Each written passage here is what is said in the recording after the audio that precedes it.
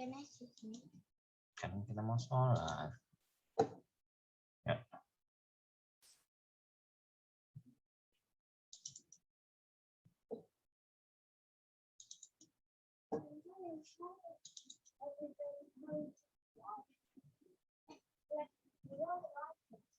اللهم عافني في بدني، اللهم عافني في سمعي، اللهم عافني في بصري، لا إله إلا أنت. اللهم عافني في بدني، اللهم عافني في سمعي، اللهم عافني في بصري، اللهم عافني في بدني، اللهم عافني في سمعي، اللهم عافني في بصري، اللهم عافني في بدني، اللهم عافني في سمعي، اللهم عافني في بصري، لا إله إلا أنت. اللهم عافني في بدني، اللهم عافني في سمعي، اللهم عافني في بصري، اللهم عافني في بدني، اللهم عافني في سمعي، اللهم عافني في بصري، لا إله إلا أنت. اللهم عافني في بدني، اللهم عافني في سمعي، اللهم عافني في بصري، لا إله إلا أنت. اللهم عافني في بدني، اللهم عافني في سمعي، اللهم عافني في بصري، اللهم عافني في بدني، اللهم عافني في سمعي، اللهم عافني في بصري، اللهم عافني في بدني، اللهم عافني في سمعي، اللهم عافني في بصري، لا إله إلا أنت. اللهم عافني في بدني، اللهم عافني في سمعي، اللهم عافني في بصري، اللهم عافني في بدني، اللهم عافني في سمعي، اللهم عافني في بصري، لا إله إلا أنت. اللهم عافني في بدني، اللهم عافني في سمعي، اللهم عافني في بصري، لا إله إلا أنت. اللهم عافني في بدني، اللهم عافني في سمعي، اللهم عافني في بصري، اللهم عافني في بدني، اللهم عافني في سمعي، اللهم عافني في بصري، اللهم عافني في بدني، اللهم عافني في سمعي، اللهم عافني في بصري، لا إله إلا أنت. اللهم عافني في بدني، اللهم عافني في سمعي، اللهم عافني في بصري، اللهم عافني في بدني، اللهم عافني في سمعي، اللهم عافني في بصري، لا إله إلا أنت. اللهم عافني في بدني اللهم عافني في سمعي اللهم عافني في بصري لا إله إلا أنت اللهم عافني في بدني اللهم عافني في سمعي اللهم عافني في بصري اللهم عافني في بدني اللهم عافني في سمعي اللهم عافني في بصري اللهم عافني في بدني اللهم عافني في سمعي اللهم عافني في بصري لا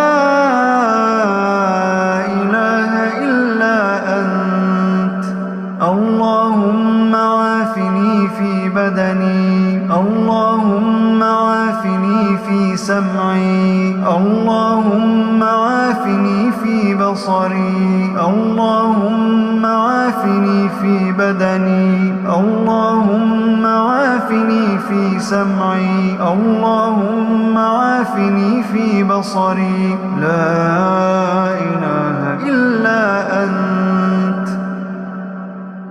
اللهم عافني في بدني اللهم عافني في سمعي اللهم عافني في بصري لا إله إلا أنت اللهم عافني في بدني اللهم عافني في سمعي اللهم عافني في بصري اللهم عافني في بدني اللهم عافني في سمعي اللهم عافني في بصري اللهم عافني في بدني اللهم عافني في سمعي اللهم عافني في بصري لا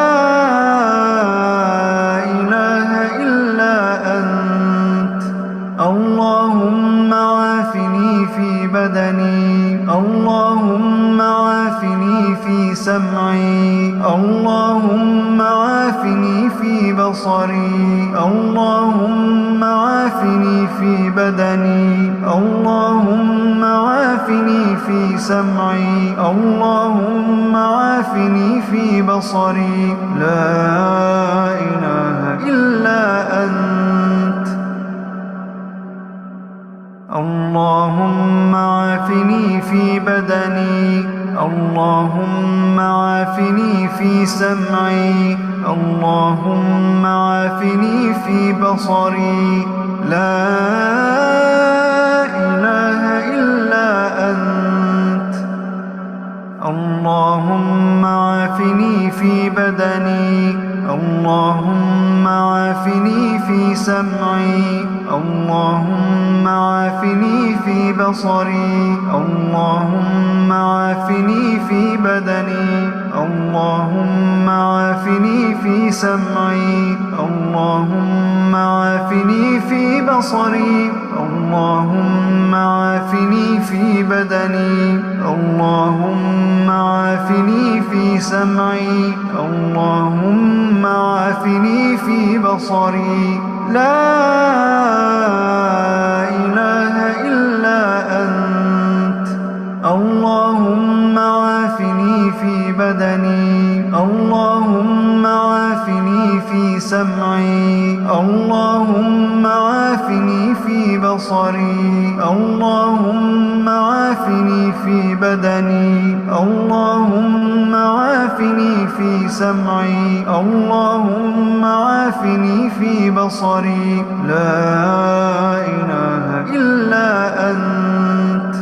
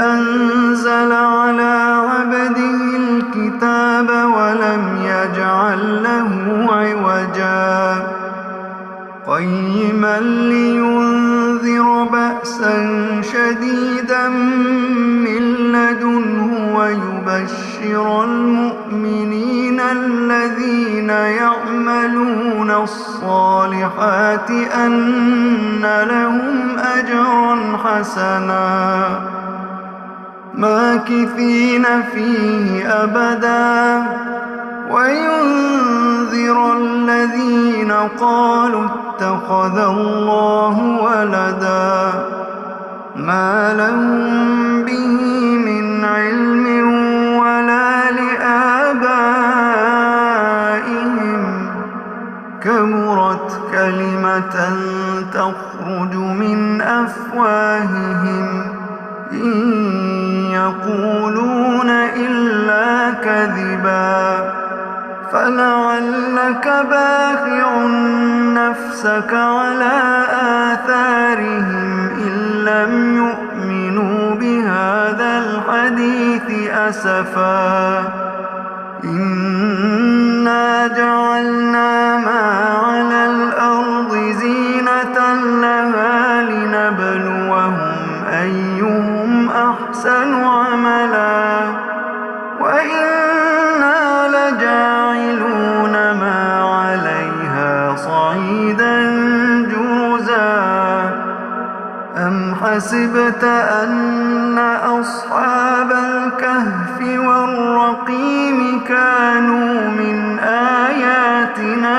عجبا إذ أوى الفتية إلى الكهف فقالوا ربنا آتنا من لدنك رحمة وهيئ لنا من أمرنا رشدا فضربنا على آذانهم في الكهف سنين عددا ثم بعثناهم لنعلم أي الحزبين أحصى لما لبثوا أمدا نحن نقص عليك نبأهم بالحق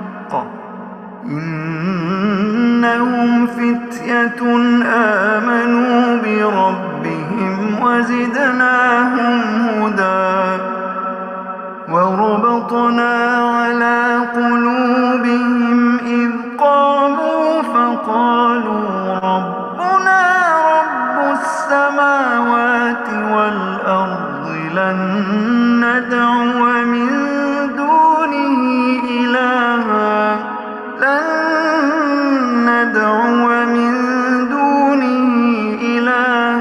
لقد قلنا إذا شططا هؤلاء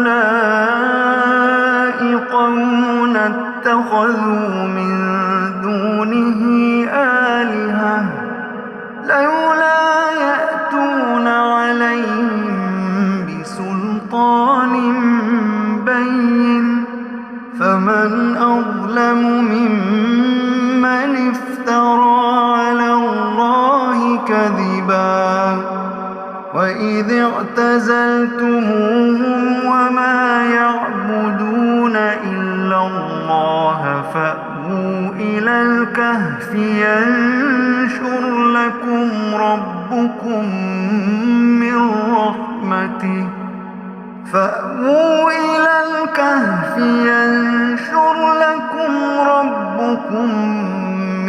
رحمته ويهيئ لكم من أمركم مرفقا وترى الشمس إذا طلعت تزاور عن كهفهم ذات اليمين وإذا غربت تقرضهم ذات الشمال وهم في فجوة منه ذلك من آيات الله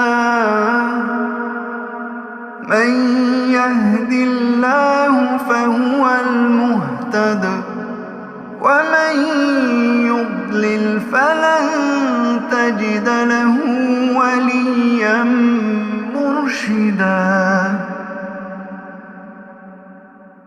وتحسبهم أيقاظا وهم رقود ونقلبهم ذات اليمين وذات الشمال وكلبهم باسط ذراعيه بالوصيد لو اطلعت عليهم لوليت منهم فرارا ولملئت منهم رعبا وكذلك بعثناهم ليتساءلوا بينهم قال قائل منهم كم لبثتم قالوا لبثنا يوما أو بعض يوم قالوا ربكم أعلم بما لبثتم فابعثوا أحدكم بورقكم هذه إلى المدينة فلينظر أيها أزكى طعاما فليأتكم برزق منه وليتلطف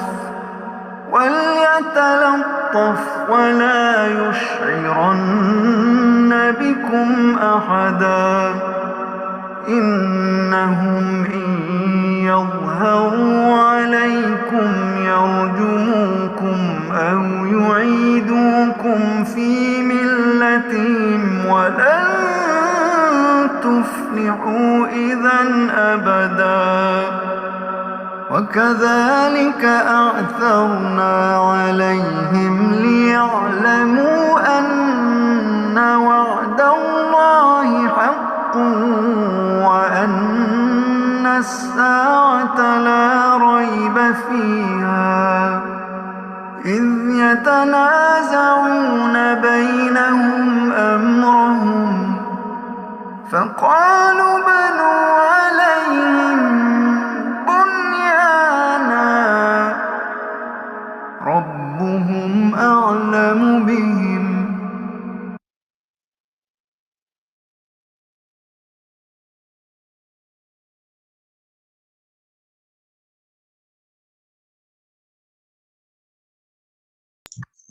Assalamualaikum warahmatullahi wabarakatuh. Ustaz? Waalaikumsalam warahmatullahi wabarakatuh. Alhamdulillah. Ya, mohon izin ya, Ustaz. Kita mulai aja, Ustaz. Ya, fadhal. Kalau nanti yang lain menyusul. Ya. Assalamualaikum warahmatullahi wabarakatuh. Assalamualaikum warahmatullahi wabarakatuh. Astagfirullahaladzim, astagfirullahaladzim, astagfirullahaladzim. Asyhadu an la ilaha illallah wa asyhadu anna Muhammadan abduhu wa rasuluh. Allahumma sholli ala Muhammad wa ala ali Muhammad kama shallaita ala Ibrahim wa ala ali Ibrahim wa barik ala Muhammad wa ala ali Muhammad kama barakta ala Ibrahim wa ala ali Ibrahim innaka Hamidum Majid. Raditu billahi rabba wa bil islami dinan wa bi Muhammadin nabiyyan wa rasulah. Rabbi shrah li sadri wa yassir li amri wahlul 'uqdatam min lisani yafqahu qawli. Rabbi zidni ilma warzuqni fahman. Puji dan syukur marilah kita panjatkan kehadirat Allah Subhanahu wa taala atas nikmat Islam, nikmat sehat dan nikmat waktu yang seluruhnya tidak dapat kita hitung sebenarnya. Termasuk nikmat pada pagi ini karena izinnya kita bisa bersama-sama berkumpul dalam rangka Thalibul Ilmi meskipun secara virtual. Hari ini mungkin jadi agak berbeda ya, Ustaz, karena kita ada pemindahan hari. Insya Allah polanya baru mungkin, tapi teman-teman mudah-mudahan bisa menyusul di kelasnya. Seperti pesan yang saya dapatkan oleh guru saya, perbanyaklah niat kita dalam setiap aktivitas termasuk dalam kajian ini. Niatkanlah dalam hati semoga setiap upaya membawa kita berkumpul dalam kajian ini menjadi penggugur dosa dan pengangkat derajat kita di hadapan Allah Subhanahu wa taala.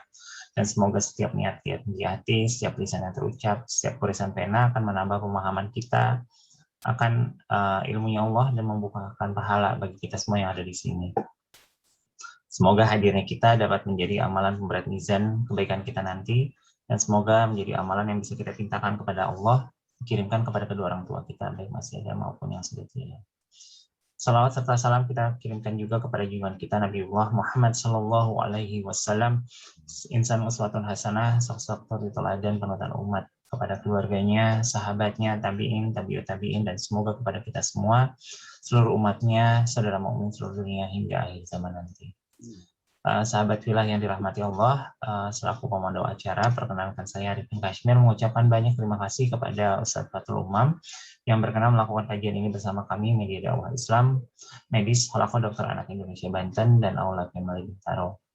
Alhamdulillah hari ini kita kajian yang ke-15. Sebenarnya kemarin nawaitunya syubhat sama syahwat itu dalam satu pertemuan ya saat, tapi qadarullah cukup padat kemarin kita baca tentang syahwat. Hari ini kita akan membahas tentang penghalang makhrifatullah bagian kedua, yaitu tentang syubhat. Adapun sebelum kita akan lakukan kajian ini, mari kita perhatikan kembali adab dalam kajian. Yang pertama, murnikan niat dan perhatikan adab meskipun dalam majelis virtual. Mohon selama kajian audio dalam kondisi mute. Pertanyaan silahkan ditulis di kolom chat atau dengan fitur raise hand saat diskusi. Qadarullah kemarin kita masih ada 3 pertanyaan hutang yang akan kita bahas di akhir sesi ya Ustaz ya. Ikatlah ilmu dengan tulisan, biasakan untuk menulis. Audio podcast sebelumnya sudah dapat diakses ya dari mosfit.id. Kajian ini bersifat terbuka untuk umum dan insya Allah akan berseri. Silakan informasi kajian disabarkan. Untuk waktu kajian kita bergeser memang dari hari Jumat menjadi hari Kamis hari ini, sehingga semakin banyak yang bisa mendapatkan manfaat dari ilmu yang kita sampaikan. Sahabat walaupun ini free, tapi silakan kalau mau mendukung kajian kami, dakwah kami, silakan lakukan transfer dana menuju ke rekening yang ditujukan. Demikian yang bisa saya sampaikan. Tanpa berlama waktu dan tempat kami serahkan kepada Ustaz Fatul Umam. Silakan Ustaz. Bismillahirrahmanirrahim. Assalamualaikum warahmatullahi wabarakatuh. Waalaikumsalam warahmatullahi wabarakatuh. Bismillahirrahmanirrahim. Innal hamdalillah nahmaduhu wa nasta'inuhu wa nastaghfiruh wa na'udzu billahi minasyururi anfusina min sayyiati a'malina may yahdihillahu fala mudilla lahu wa may yudlil fala hadiyalah. Asyhadu an la ilaha illallah wahdahu la syarikalah wa asyhadu anna Muhammadan abduhu wa rasuluhu la nabiyya ba'dah. Allahumma shalli wa sallim wa barik ala nabiyyina Muhammad wa ala alihi wa ashabi ajma'in. Allahumma la ilma lana illa ma 'allamtana. Allahumma 'allimna ma yanfa'una wa anfa'na bima 'allamtana wa zidna ilman wa arinal haqqa haqqan warzuqna ittiba'ah wa arinal batila batilan warzuqna ijtinabah wa ja'alna mimman yastami'una al-qawla fayattabi'una ahsanah. Amma ba'd. Bapak Ibu yang dirahmati Allah Subhanahu wa taala, wabil khusus kepada Dr. Arifin dan juga kepada seluruh pengurus medis media Halaqah Dokter Anak Indonesia Cabang Banten, dan juga kepada keluarga besar Aula Febri Bintaro, serta seluruh Bapak Ibu, teman-teman semuanya yang senantiasa mengikuti serial kajian kita di setiap pagi ini, yaitu awalnya adalah Jumat subuh, namun per hari ini kita pindah ke Kamis subuh. Mudah-mudahan dengan perubahan waktu ini tidak menjadikan kita kesulitan untuk terus mengikutinya. Semoga Allah SWT memberikan kemudahan kita semuanya untuk terus berthalabul ilmi bersama-sama. Segala puji dan segala syukur mari senantiasa kita rawat dan kita panjatkan hanya kepada Allah Subhanahu wa taala, Rabb kita semua yang kebaikannya kepada kita tidak berbilang jumlahnya. Rabb yang nikmat-nikmatnya kepada kita tidak pernah sedetik pun terputus dari kita. Salam dan salam semoga senantiasa terlimpah curah kepada Nabi yang kita imani, Nabi yang kita cintai, Nabi yang senantiasa kita ikuti sunnah-sunnahnya dan kita harapkan syafaatnya, Nabi kita Nabi Muhammad SAW. Salam dan salam juga semoga terlimpah curah kepada keluarga tercinta beliau, para ummahatul mukminin, juga kepada para sahabat yang telah berkorban jiwa, raga, dan harta untuk agama yang mulia ini, juga kepada para tabi'in, para tabi'in tabi'in, dan kepada seluruh umat beliau termasuk kita-kita di antaranya. Baik, jamaah sekalian, Bapak Ibu yang dimuliakan Allah Subhanahu wa taala, pada kesempatan pagi hari ini kita akan melanjutkan serial kajian kita yang bertemakan Arkanul Iman The Series. Kita di episode ke-15 ini masih membahas tentang beriman kepada Allah SWT sebagai rukun iman pertama, sub pembahasan tentang mawani'u ma'rifatillah, penghalang-penghalang ma'rifatullah, bagian kedua. Dalam pertemuan yang lalu kita sudah membahas bahwa secara umum penghalang ma'rifatullah, penghalang kita untuk semakin mengenal dan dekat kepada Allah Subhanahu wa taala itu ada dua. Yang pertama adalah penyakit syahwat. Kita sebut dengan istilah maradus syahwah, penyakit syahwat. Atau boleh juga kita bilang dan kita sebut dengan istilah penyakit nafsu, faktor nafsu. Itu yang pertama. Kemudian yang kedua adalah maradus syubhah, penyakit syubhat. Syubhat ini boleh kita terjemahkan juga dengan kerancuan berpikir.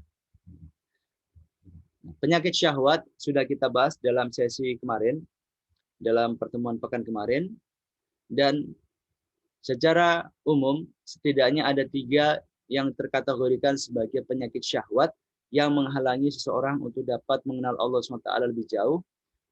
Yang pertama adalah faktor kesombongan. Penyakit syahwat yang berasal dari kesombongan manusia. Kesombongan atau al-kibr adalah satu tindakan ketika orang itu menolak kebenaran yang dia sudah tahu itu kebenaran, atau tindakan meremehkan orang lain. Itulah hakikat kesombongan sebagaimana dijelaskan oleh Nabi SAW. Al-kibru batrul haqqi wa ghamtun nas. Kibr atau sombong itu adalah batrul haq, menolak kebenaran.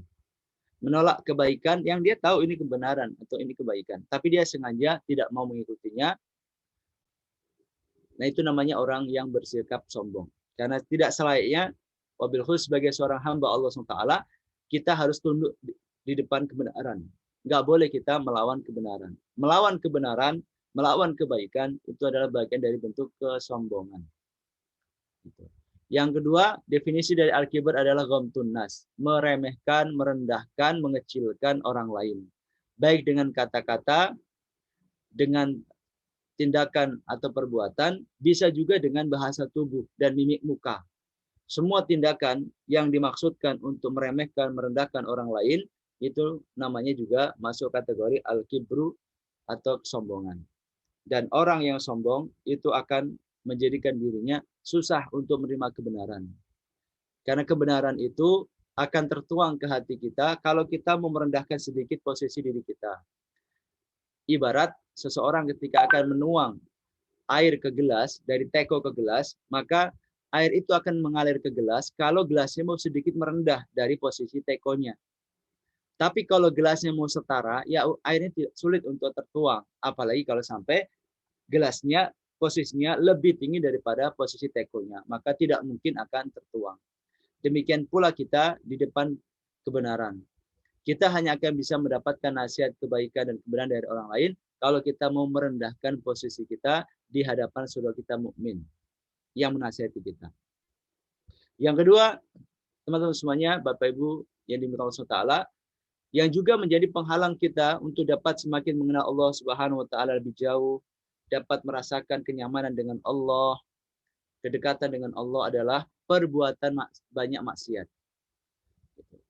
Banyak melakukan kemaksiatan itu menjadikan kita terhijab, terhalang dari Allah Subhanahu wa taala. Kita sulit untuk menerima hidayah Allah Subhanahu wa taala.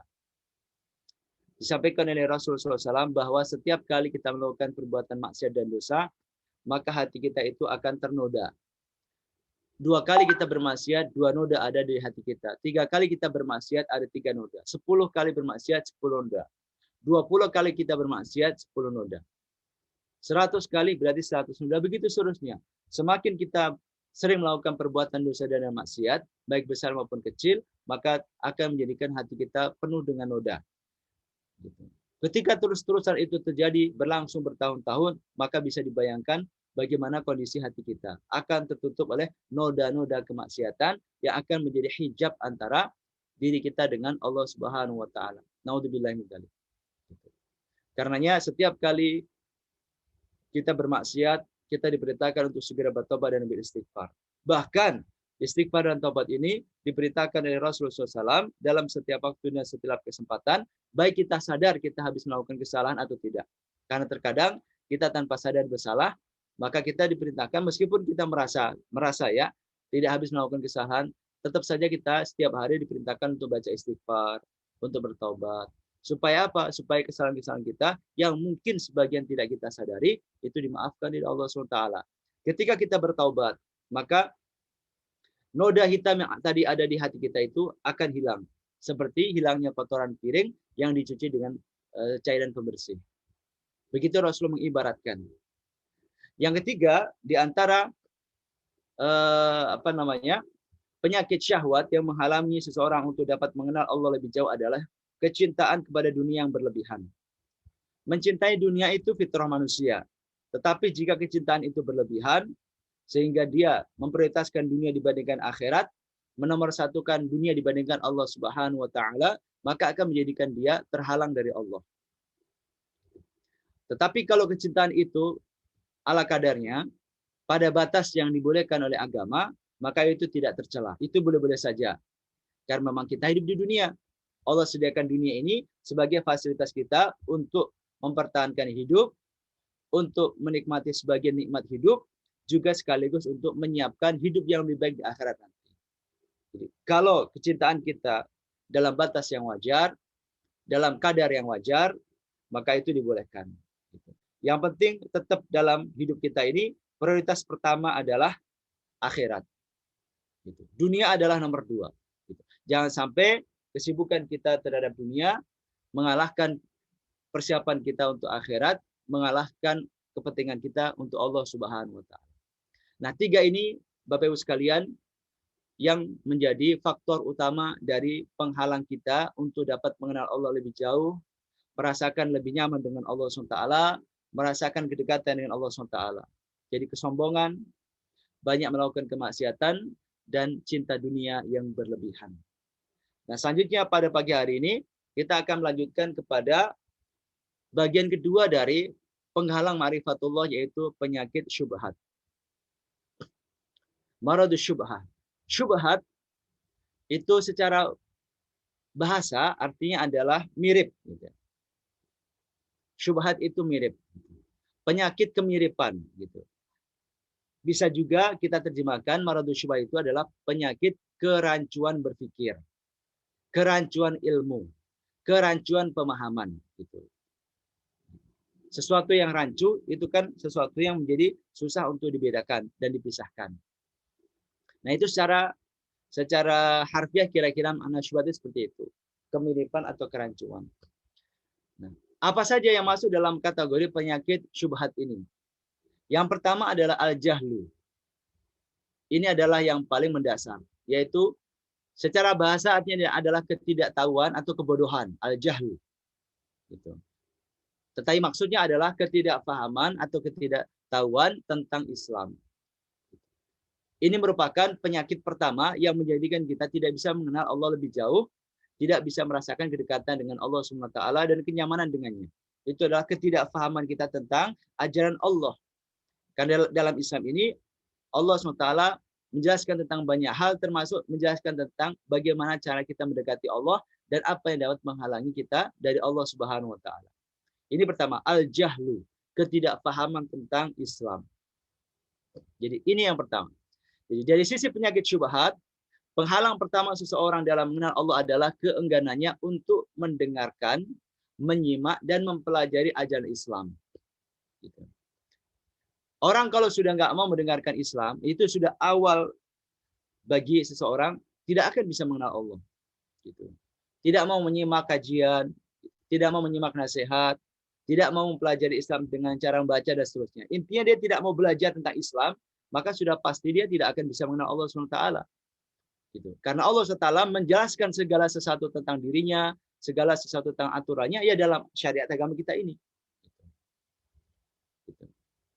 Nah, Islam ini adalah agama yang sangat sesuai dengan fitrah manusia dan sesuai dengan akal sehatnya. Islam ini hadir dari Allah Subhanahu wa taala. Kita manusia diciptakan oleh Allah Subhanahu wa taala. Antara kita dan antara Islam itu sumbernya sama, yaitu Allah Subhanahu wa taala. Karenanya aturan yang Allah hadirkan untuk kita manusia itu sudah pasti didesain oleh Allah SWT sesuai dengan kebutuhan kita. Termasuk kesesuaian dan kecocokannya dengan fitrah kita sebagai manusia. Tidak ada satupun syariat Islam yang menyelisih fitrah kita sebagai manusia. Tidak ada. Semuanya sesuai. Gitu. Maka tidak akan ada pemberontakan jiwa dari seorang yang berislam terhadap Islam. Gitu. Jiwa ya, pemberontakan jiwa atau pemberontakan fitrah tidak ada. Gitu. Kalau pemberontakan karena syahwat, ya mungkin. Gitu. Orang tidak mau berjilbab misalkan, karena merasa jilbab itu dianggap sebagai pengekangan terhadap perempuan misalnya. Itu bukan fitrah dia yang berbicara, tapi nafsu dia. Itu bisikan setan. Jadi Islam itu agama yang sesuai dengan fitrah manusia dan akal sehatnya. Karenanya Islam itu akan sangat mudah diterima oleh jiwa manusia dan oleh akal sehatnya. Orang sulit untuk tidak menerima Islam itu sebenarnya sulit sekali. Karena dia sangat sesuai dengan fitrah kita. Dan juga sangat sesuai dengan akal sehatnya. Nggak ada ajaran Islam itu yang bertabrakan dengan akal sehat. Gitu. Yang menjadikan orang itu boleh disebut gila misalkan, nggak waras, bahkan nggak ada. Semua ajaran Islam itu sesuai dengan akal sehat, sesuai dengan ilmu pengetahuan, juga sesuai dengan fitrah manusia. Bahkan kalau kita mau lebih jauh berpikir, kebenaran ajaran Islam itu sangat mudah diterima. Sangat mudah sekali menerima kebenaran Islam itu. Sebagaimana mudahnya kita menerima kebenaran 1 tambah 1 sama 2. 2 tambah 2 sama dengan 4. Setiap kita tanpa kesulitan akan mengatakan 1 tambah 1 ya 2. 2 tambah 2, 4. 3 tambah 3, 6. Mudah sekali. Nah, demikian pula kebenaran-kebenaran yang bersifat prinsip dalam Islam itu sangat mudah untuk dipahami. Sangat mudah sekali untuk dipahami. Karenanya bagi siapa saja yang mau berpikir dengan jernih, ia akan dengan mudah menemukan kebenaran ajaran Islam dan mengakui Allah sebagai satu-satunya Tuhan yang layak dituhankan. Dahulu pernah ada protes dari orang-orang kafir Mekah kepada Rasulullah SAW. Ketika Rasul mendakwahkan kepada masyarakat ketika itu, agar mereka beralih dari keyakinan mereka selama ini yang menuhankan banyak Tuhan, beralih kepada hanya menuhankan Allah SWT. Orang-orang kafir ketika itu merasa heran, orang-orang musyrik merasa heran. Bagaimana mungkin kita disuruh beralih dari Tuhan yang banyak ke Tuhan yang satu, padahal jumlah kita banyak, urusan kita pun juga beragam, kebutuhan kita pun juga macam-macam. Dalam logika mereka, kalau Tuhannya satu ya keteteran, kira-kira begitu. Mereka selama ini mempertuhankan banyak Tuhan. Bahkan dalam sirah Nabawiyah itu, ketika Rasulullah SAW mengislamkan kota Makkah, sekitar tahun 8 Hijriah, itu di sekitaran Ka'bah, itu lebih kurang terdapat 360 berhala. Jadi penuh dengan patung-patung, penuh dengan berhala, penuh dengan arca itu sekitar Ka'bah. Ketika Rasul mengislamkan kota Makkah, yang akhirnya kemudian berhala-berhala itu dihancurkan. Maka ketika Rasulullah mengajak masyarakat Mekah untuk bertauhid, menuhankan Allah Subhanahu wa taala, mereka merasa sanksi. Mereka merasa ganjil. Bagaimana mungkin kita disuruh menuhankan hanya satu Tuhan? Wong kita jumlahnya banyak, kebutuhan kita banyak, keinginan kita banyak. Kalau disuruh hanya menghamba kepada satu Tuhan. Tetapi dengan entengnya Al-Quranul Karim menjelaskan mereka tentang kesesatan logika berpikir mereka. Bahwa cara berpikir seperti itu tidak benar. Di antaranya misalnya, Allah Subhanahu wa taala menjelaskan dalam surat Az-Zumar ayat 29. Allah mengatakan, "Daraballahu mathalan rajulan fihi syuraka'a mutasyakisuna wa rajulan salaman li rajulin hal yastawiyani mathala." Surat Az-Zumar ayat 29. Daraballahu mathalan rajulan fihi syuraka mutasyakisun. Allah telah membuat perumpamaan untuk kita semuanya tentunya, dan wabil khusus ketika itu adalah untuk orang-orang musyrik Mekah. Allah telah membuat perumpamaan seorang laki-laki atau seorang budak yang dimiliki oleh banyak tuan. Gitu ya.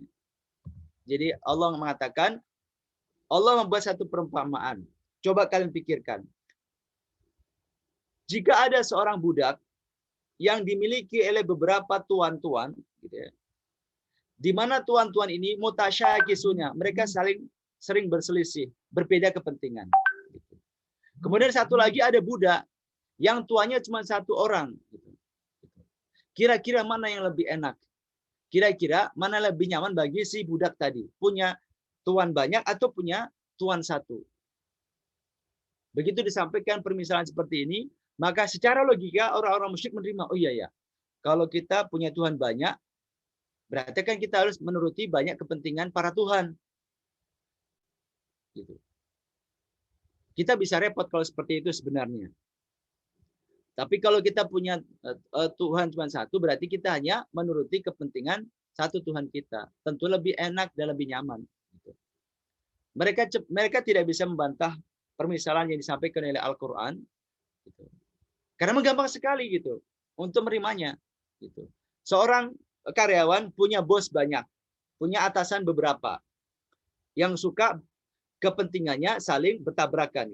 Dengan seorang karyawan yang atasnya cuma satu, tentu sebagai karyawan dia merasa lebih nyaman kalau misalnya bosnya atau atasnya cuma satu. Nah, kita ini beragama dan bertuhan itu kan tidak ubahnya seperti seorang budak kepada majikan dan tuannya. Kita menghamba kepada Allah SWT satu, lebih nyaman dibandingkan mereka yang menghamba kepada banyak Tuhan. Nah, semudah itu Al-Quran menjelaskan tentang logika tauhid. Semudah itu Al-Quran menjelaskan tentang logika tauhid. Juga semudah itu pula ketika Nabi Ibrahim membantah logika Namrud. Ketika Nabi Ibrahim ditanya oleh Namrud, siapa Tuhanmu? Kata Nabi Ibrahim, Tuhanku adalah Tuhan yang menghidupkan dan mematikan. Rabbiyalladzi yuhyi wa yumiit. Tuhanku adalah Tuhan yang menghidupkan dan mematikan. Kata Namrud, kalau itu sifat Tuhan kamu, aku juga bisa menghidupkan dan mematikan. Maka kemudian dipanggillah dua orang bawahannya untuk menghadap ke Namrud. Yang satu dibunuh di hadapan Nabi Ibrahim, yang satu dibiarkan tetap hidup. Dengan hal itu, Namrud ingin mempertontonkan kepada Nabi Ibrahim bahwasanya dia juga bisa menghidupkan dengan cara membiarkan satu bawahnya untuk tetap hidup dan bisa matikan dengan cara membunuh bawahannya. Begitu logika berpikir Namrud. Dan dia merasa menang ketika itu. Tapi Nabi Ibrahim alaihissalam tidak kalah cerdasnya. Karena beliau adalah Nabi Allah yang memiliki kecerdasan di atas rata-rata. Lalu Nabi Ibrahim membungkam logika Namrud dengan mengatakan, fa innallaha ya'ti bisyamsi minal masyriqi fa'ti biha minal maghrib. Sesungguhnya Tuhanku juga adalah Tuhan yang telah menerbitkan matahari selama ini dari timur dan membenamkannya di barat. Sekarang coba kamu balik. Fa'ti biha minal maghrib. Sekarang terbitkan matahari dari barat. Kalau memang kamu juga mengaku sebagai Tuhan. Maka begitu diberikan fakta seperti itu, fabuhital ladzi kafar, maka terdiamlah, terbengonglah orang kafir itu yaitu Namrud.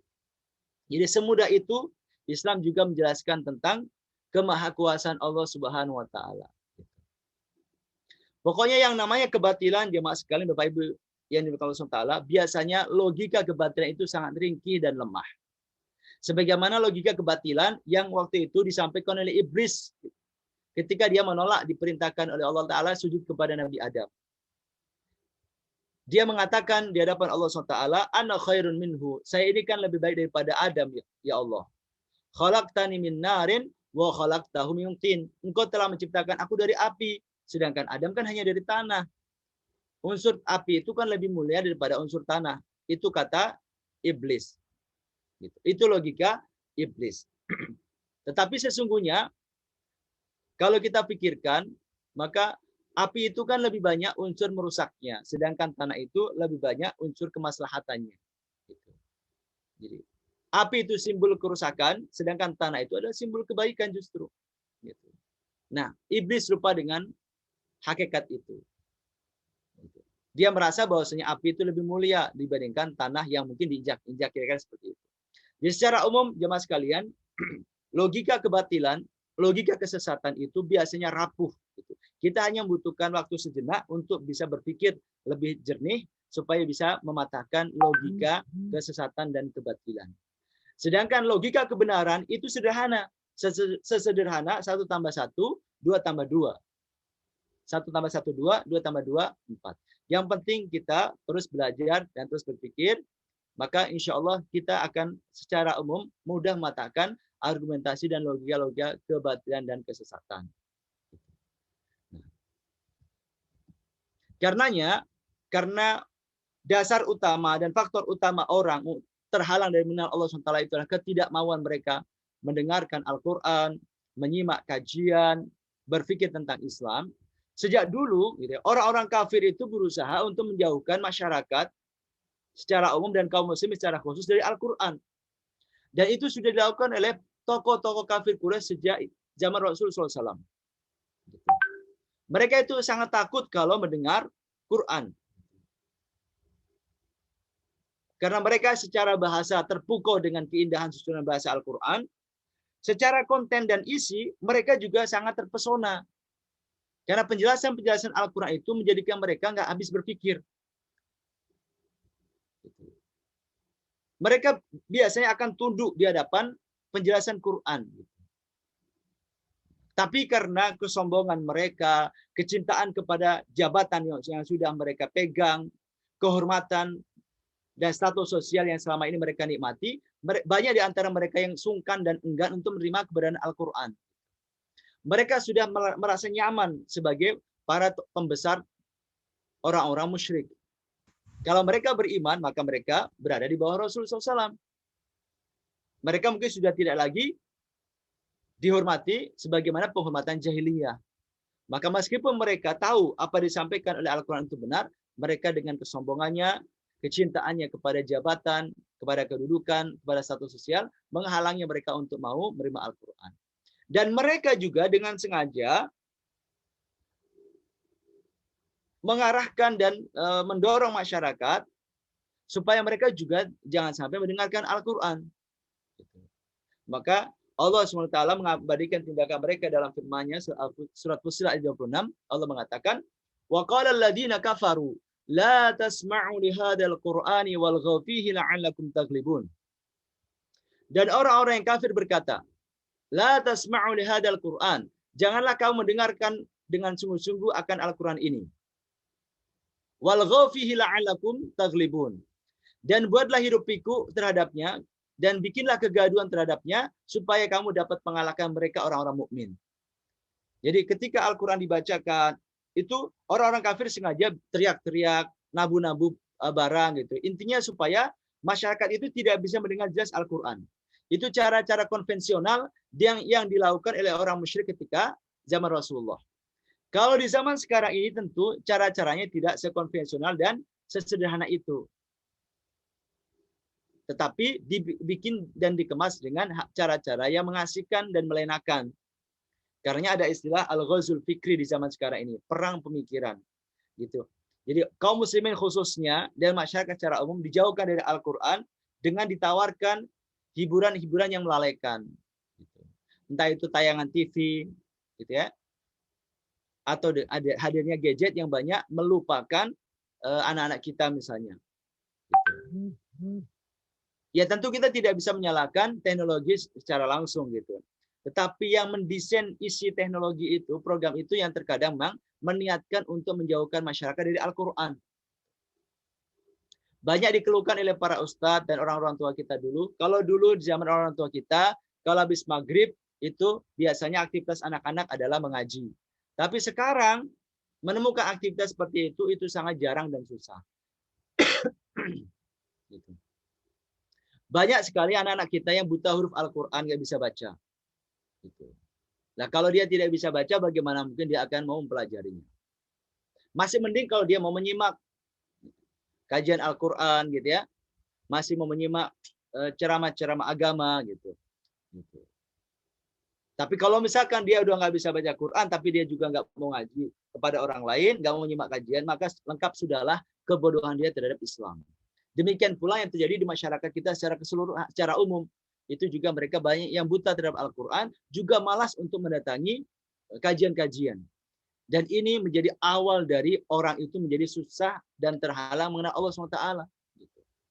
Bagaimana mungkin dia akan mengenal Allah dengan segala sifat-sifatnya yang mulia, dengan keadilannya yang sempurna dan seterusnya, dengan karunia-karunia yang tidak terbatas, kalau dia tidak pernah mengkaji ayat-ayat Al-Quran, tidak pernah menyimak penjelasan-penjelasan Allah SWT, juga penjelasan-penjelasan dari Rasulullah SAW. Maka mau tidak mau, supaya makrifat kita, pengenalan kita kepada Allah SWT semakin dalam, kita semakin nyaman, merasa semakin dekat dengan Allah SWT, kita harus perangi kebodohan dalam diri kita. Juga kebodohan dalam keluarga kita. Nah, ketika orang tidak mempelajari Islam, yang tentunya di dalam terdapat ilmu tauhid, maka otomatis dia tidak akan dapat mengenal Allah dengan baik dan benar. Karenanya Allah merintahkan kepada kita semuanya agar mengilmui sebelum mengimani dan terus mengilmui setelah kita mengimani. Ini poin penting. Jadi Allah perintahkan kepada kita untuk mengilmui sebelum kita mengimani, khususnya bagi mereka yang tadinya non-muslim, maka sebelum bersyahadat harus memahami dulu apa makna syahadat. Itu mengilmui sebelum mengimani. Tapi tidak berhenti di situ dan terus mengilmui setelah kita mengimani. Allah sampaikan hal itu dalam firman-Nya yang mulia, surat Muhammad ayat 19. Fa'lam annahu la ilaha illallah. Maka ketahuilah atau ilmuilah bahwasanya sesungguhnya tidak ada ilah atau tidak ada sesembahan yang berhak disembah kecuali hanya Allah Subhanahu wa taala. Gitu. Jadi kita diperintahkan mengilmui sebelum mengimani. Ini sekali lagi berlaku untuk siapa? Berlaku untuk mereka yang tadinya non-muslim pun masuk Islam. Maka diilmui dulu baru diimani. Karenanya biasanya para ustadz, para kiai ketika membimbing seseorang yang masuk Islam, yang tadinya non-muslim masuk Islam, sebelum dia bersyahadat akan dijelaskan dulu makna syahadat. Kemudian ketika bersyahadat pun syahadatnya diterjemahkan ke dalam bahasa Indonesia. Asyhadu alla ilaha illallah wa asyhadu anna Muhammadar Rasulullah. Aku bersaksi bahwa tidak ada Tuhan yang berhak disembah kecuali Allah dan aku bersaksi bahwasanya Muhammad adalah utusan Allah. Itu adalah cara mengilmui pertama, mengetahui makna dari syahadat. Tetapi nggak boleh berhenti di situ. Setelah menjadi Muslim, dia harus belajar. Karena ilmu Islam itu sangat luas sekali. Seandainya seluruh sisa umur kita digunakan untuk belajar Islam siang dan malam, tetap tidak akan tuntas gitu. Maka jangan kemudian kita berhenti belajar. Termasuk kita yang mungkin dulu pernah pesantren gitu ya. Jangan pernah berhenti ketika kita merasa sudah jebolan pesantren. Karena ilmu Islam itu sangat luas sekali. Kitab-kitab para ulama yang belum pernah kita baca, bahkan belum kita pernah dengar judulnya saja, itu jumlahnya bisa ribuan atau ratusan. Gitu. Sangat luas sekali ilmu Islam itu. Maka sangat betul sekali apa disampaikan oleh salah seorang penulis kitab tafsir Jalalain ketika menafsirkan ayat ini, ayat fa'lam annahu la ilaha illallah, maka ketahuilah atau ilmuilah bahwa sesungguhnya tidak ada ilah atau sesembahan yang bersembah kecuali Allah Ta'ala. Ketika menafsirkan ayat ini fa'lam, maka ilmuilah, kata beliau, ay dum ya Muhammad ala ilmika bidzalikan nafi' fil qiyamah. Kata beliau, kata penulis tafsir Jalalain, ketika menafsirkan ayat fa'lam, ketahuilah itu, kata beliau, dum ya Muhammad, teruslah wahai Muhammad, ala ilmika bidzalikan nafi' yaumal qiyamah. Jadi teruslah teruslah wahai Muhammad untuk senantiasa mengilmui sesuatu yang sangat bermanfaat itu pada hari kiamat. Jadi la ilaha ini kan sesuatu yang bermanfaat pada hari kiamat. Nah, kita terus diperintahkan untuk mengilmuinya, terus belajar menggali kedalaman la ilaha illallah dan juga kedalaman syariat Islam. Ini yang pertama, gitu. Karenanya orang-orang kafir nanti ketika mereka akhirnya disiksa oleh Allah Ta'ala di neraka, mereka mengungkapkan penyesalannya karena selama ini tidak pernah belajar Islam, tidak pernah mau mendengarkan Islam, juga tidak pernah meluangkan waktu berpikir secara positif tentang Islam. Kalaupun mereka berpikir tentang Islam, itu dalam rangka untuk mencari-cari celah-celah kelemahan Islam supaya menjauhkan orang dari Islam. Dan itu menjadi sumber penyesalan mereka di akhirat. Allah Ta'ala sampaikan penyesalan mereka kelak di akhirat dalam firman yang mulia surat Al-Mulk ayat 10. Wa qalu law kunna nasma'u aw na'qil ma kunna fi ashabis sa'ir. Dan mereka berkata, orang-orang kafir berkata, sekiranya kami mendengarkan atau memikirkan peringatan itu, niscaya tidaklah kami termasuk penghuni-penghuni neraka yang menyala-nyala. Jadi mereka menyesal kenapa dulu tidak mau mendengarkan Quran, tidak mau menyimak kajian, gitu ya. Padahal kajian dengan mudah diakses di mana-mana, khususnya di zaman kita sekarang ini. Nyesel, juga tidak mau berpikir gitu, untuk menimbang-nimbang mana yang benar, apakah Islam atau agama yang lain. Akhirnya mereka menyesal setelah semuanya berlalu. Ini penyesalan mereka. Mudah-mudahan kita tidak sampai menyesal seperti itu. Nah, yang kedua, jemaah sekalian, Bapak Ibu yang dimuliakan Allah Taala, penyakit syubhat yang kedua yang menjadi faktor orang itu terhalang dari makrifat Allah adalah al-irtiyab, keraguan-raguan tentang Islam. Dia senantiasa terombang-ambing dengan Islam. Terombang-ambing dengan kebenaran Islam. Masih bertanya-tanya gitu. Belum mantap dengan kebenaran Islam. Nah, keraguan ini itu bukan karena ajaran Islamnya yang meragukan. Bukan karena ajaran Islamnya itu yang susah dipahami, bukan. Bukan ajaran Islam yang ambigu, bukan. Tetapi setidaknya ada 3 faktor yang menjadikan orang itu ragu-ragu dengan Islam. Yang pertama adalah minimnya ilmu itu sendiri. Dia minim ilmu. Sehingga menjadikan dia tidak mantap mengimani dan meyakini Islam. Bukan karena Islamnya, tapi karena minimnya ilmu dia. Misalnya ketika ada yang mengatakan, bahasanya Allah itu kok dibilang Esa atau Tunggal. Tapi dalam Al-Quran dikatakan, atau Allah mengatakan dirinya nahnu, kami. Gitu. Dalam banyak ayat Al-Quran Allah menyebut dirinya dengan kata kami. Kami itu kan artinya banyak. Baik dalam bahasa Indonesia, dalam bahasa Arab, maupun dalam bahasa Inggris. Nahnu, kita, kami, we. Itu kan artinya semuanya banyak. Kok Allah katanya Qul huwallahu ahad, tetapi kok Allah menyebut dirinya kami. Jadi yang benar mana nih? Allah satu atau banyak? Gitu. Dia ragu. Nah, ini bukan karena keambiguan Al-Quran ketika menjelaskan tentang Allah, tetapi karena minimnya ilmu dia. Karena makna kata kami dalam konteks Allah SWT itu maknanya 2. Yang pertama adalah Allah mengagungkan dirinya. Itu yang pertama. Ta'dzimu li nafsihi. Allah mengagungkan dirinya, membesarkan dirinya. Menyebut kata kami itu Allah mengagungkan dirinya. Yang kedua, makna kata kami dalam konteks ayat Al-Quran ketika menyebut Allah itu adalah karena Allah SWT akan melibatkan pekerjaan yang akan Allah sebutkan dalam ayat itu. Misalnya yang beberapa kali saya sampaikan, Allah mengatakan inna nahnu nazzalna dzikra wa inna lahu lahafidun. Sesungguhnya kami yang telah menurunkan adzikra itu Al-Quran, dan kami pula Allah yang akan menjaganya.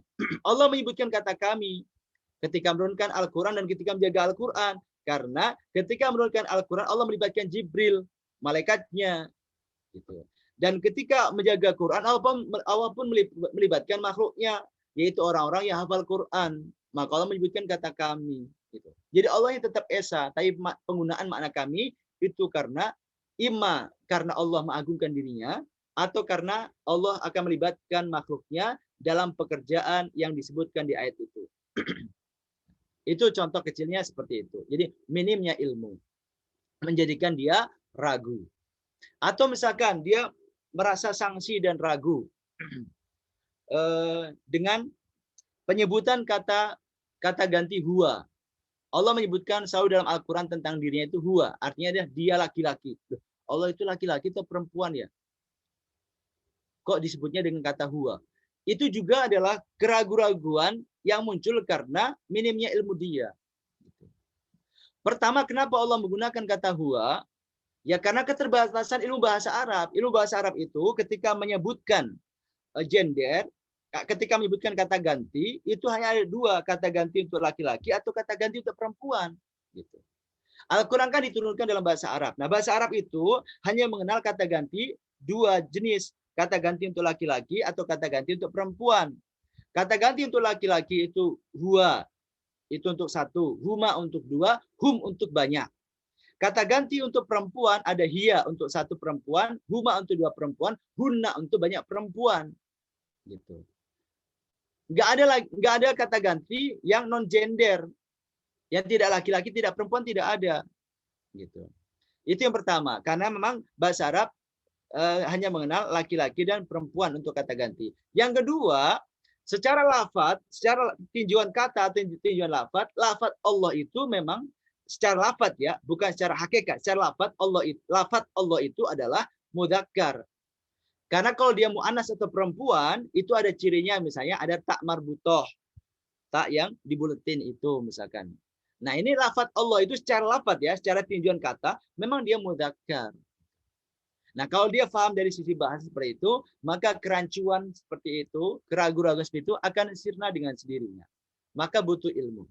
Yang kedua, atau karena dia salah guru, sehingga menjadikan dia ragu-ragu dengan kebenaran Islam. Nah, ini terkadang menimpa saudara-saudara kita yang baru saja hijrah. Ternyata setelah dia masuk Islam, dia salah guru. Sehingga ketika menjelaskan Islam, menimbulkan kerancuan misalnya. Misalnya ada seseorang yang selama ini jauh dari agama, kemudian dia bertobat, wasilah dari seseorang. Tapi salah guru, malah dijadikan dia menyimpang jauh. Menganggap misalkan sholat 5 waktu itu belum wajib misalnya. Karena sekarang ini itu eranya masih era Makkah, gitu. Belum era Madinah. Kaum muslimin belum punya negara misalnya. Dulu Rasulullah itu diwajibkan sholat 5 waktu, itu katanya ketika sudah punya negara Madinah.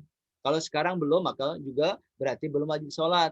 Belum wajib puasa Ramadan, karena puasa Ramadan itu diwajibkan setelah hijrah ke Madinah. Di Mekah belum ada puasa Ramadan misalnya. Ini namanya salah guru. Gitu. Ini namanya salah guru. Tidak ada ulama yang kredibel yang mengatakan demikian. Jadi betul bahwasanya katakanlah seperti puasa Ramadan itu diwajibkannya betul ketika tahun 2 Hijriah pada saat Rasul sudah di Madinah, gitu. Tapi bukan berarti kemudian menjadikan kita yang merasa atau teman-teman kita yang merasa hidupnya di negara bukan Muslim kemudian belum wajib puasa Ramadan misalnya. Gitu. Karena ketika syariat Islam itu sudah sepenuhnya diturunkan oleh Allah SWT, maka harus kita laksanakan semuanya sesuai dengan kesanggupan kita. Sudah tidak ada pemilahan periode Mekah dan periode Madinah. Nah, itu contoh ketika orang itu salah guru. Kemudian yang ketiga, orang ragu-ragu dengan kebenaran Islam itu terkadang juga karena mendengar stigma-stigma negatif tentang Islam. Stempel-stempel buruk tentang Islam. Islam dikatakan teroris misalnya. Padahal kan tidak pernah ada satupun ajaran Islam yang mengajarkan kepada kita umat Islam untuk melakukan tindakan-tindakan terorisme, gitu. Membom masyarakat sipil yang tidak berdosa misalkan kita, yang di situ juga bercampur Muslim dan non Muslim. Nggak pernah ada seperti itu.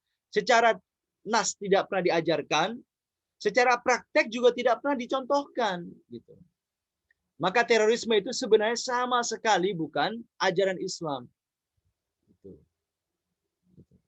Sama sekali bukan ajaran Islam. Nah, terkadang orang itu termakan oleh stigma seperti ini, yang mungkin by design, gitu. Yang mungkin by design. Maka dengan kita memahami Islam secara lebih komprehensif, gitu ya, insya Allah kita tidak akan mudah termakan oleh stigma-stigma negatif. Atau misalnya Islam itu bias gender, Islam itu sangat pro laki-laki dan sangat tidak berpihak kepada perempuan. Apa buktinya? Buktinya misalnya kalau dalam hal warisan, laki-laki dapat 2, perempuan dapat 1. Ini juga stigma negatif tentang Islam yang berangkat dari kedangkalan ilmu dan ketidakdalamannya dalam mengkaji ilmu. Betul dalam Islam itu berkaitan dengan hukum waris ada kasus di mana anak laki-laki double dapatnya dibanding dengan perempuan. Kasus-kasus dalam pembagian waris itu kan banyak kasusnya. Banyak sekali kasusnya. Nah, dari sekian banyak kasus-kasus itu, menurut sebagian ulama, setelah diteliti itu, hanya ada 4 kasus yang yang menghasilkan konsekuensi hukum anak laki-laki dapat laki-laki ya, tidak selalu anak, pihak laki-laki itu mendapatkan bagian 2 kali dari anak perempuan. Hanya ada 4 kasus. Kemudian ada lebih kurang 30 kasus, di mana laki-laki dan perempuan itu mendapatkan jatah sama. Dan ada sekitar 10 kasus yang bahkan perempuan itu mendapatkan jatah lebih banyak dibandingkan laki-laki. Tidak harus anak ya, karena yang namanya ahli waris itu tidak harus anak. Ahli waris itu dalam Islam itu jumlahnya ada 25. 15 laki-laki dan 10 perempuan. Jumlahnya ada 25 totalnya. Orang-orang yang disebut sebagai ahli waris, gitu ya. Tetapi tentu dalam setiap kasus kematian seseorang, tidak semuanya itu kemudian berhak mendapatkan. Ada ahli waris utama yang pasti mendapatkan jatah. Ya, seperti anak, baik laki-laki maupun perempuan. Kemudian istri atau suami. Kemudian bapak atau ibu. jika misalkan masih ada. Ini adalah ahli waris yang pasti mendapatkan jatah kalau mereka ada, gitu. Kalau mereka ada, gitu.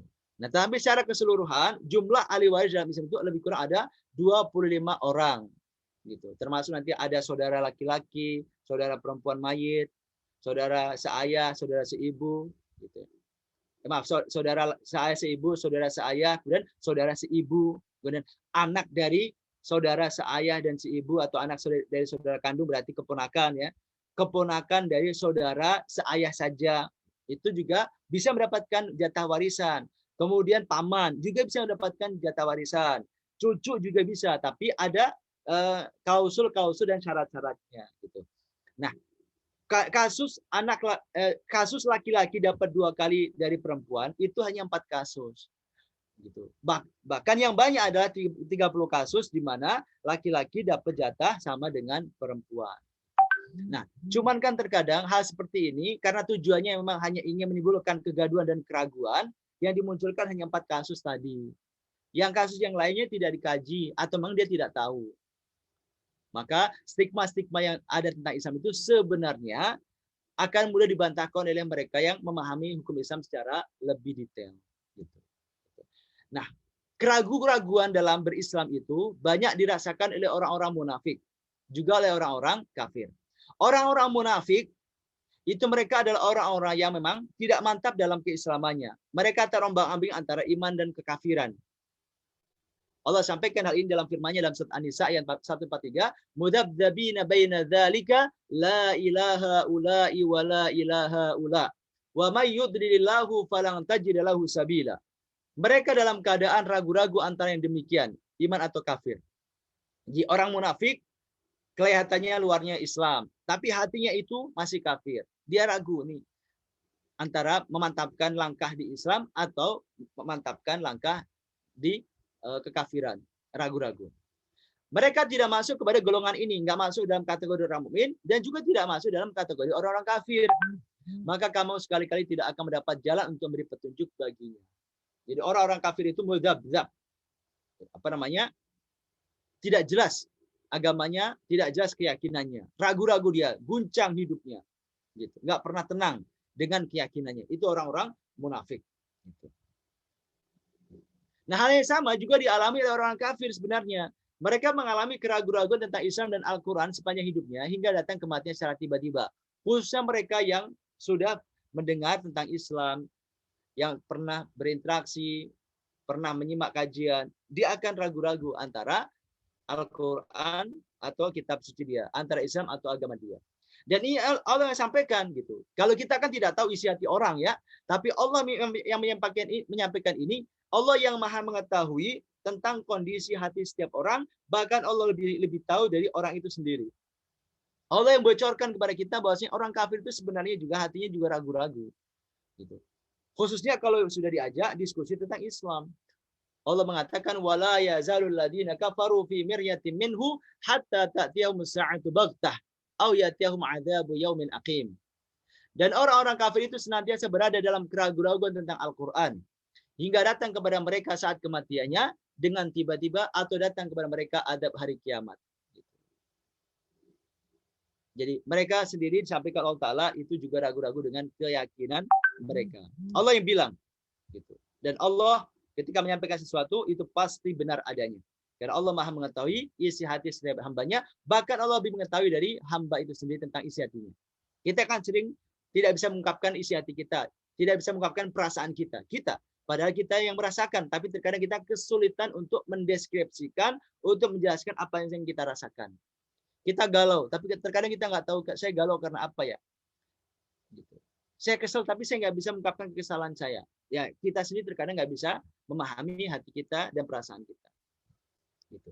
Nah, itu yang kedua. Jadi keraguan-raguan.